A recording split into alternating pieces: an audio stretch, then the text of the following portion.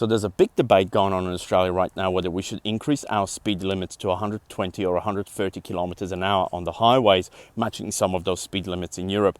Well, I can tell you right now, from someone that travels to Europe quite a lot, and I've been to other countries as well, and I've just come back driving on the Polish highways, this is going to be really difficult here in Australia.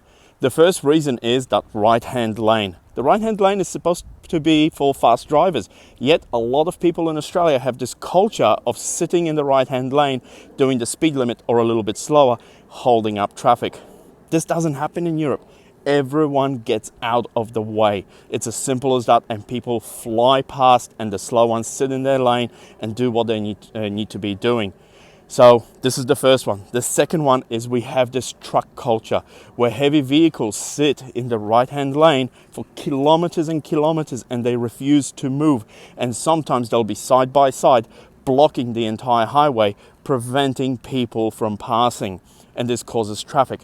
So this is another culture change that will need to happen here in Australia. Trucks just do not sit in the fast lane in Europe. They take over when they need to, and they move out of the way. Simple as that. The other one is driver training. In Europe, you have very heavy driver training under supervision from an instructor. In Australia, you can get your license pretty much like that. Just go and learn from your mum and dad or your friends, and eventually go and get your license, and you've got it. You're ready to go.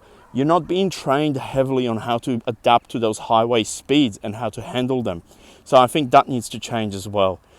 Road safety is a big one. Our roads cannot adapt to the weather. So we have a lot of potholes, damaged roads, all those sort of things in Australia, which could cause accidents. In Europe, the highways are very well maintained. They're elevated, they're well drained, and they're built for speed. While ours, unfortunately, even 4-lane highways just can't handle it. So that's another thing. Wildlife. I mean, yes, in Europe, we've got some big wildlife like deer and moose, but the highways are blocked. They've got fences, gates, all those sort of things. And they've got wildlife bridges. In Australia, we've got some, but look at the kangaroos. They're everywhere on the side of the road.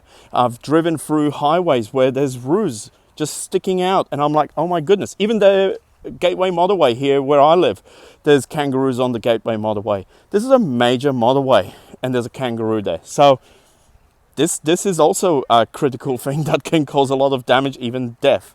So I think we've got a few challenges, especially that right-hand rule and the heavy vehicles. If we can change that culture, I think we can start increasing the speed limit. But that needs to start. Let me know your thoughts. I'm keen to know your experience and what you think of what needs to happen for us to get to those speed limits.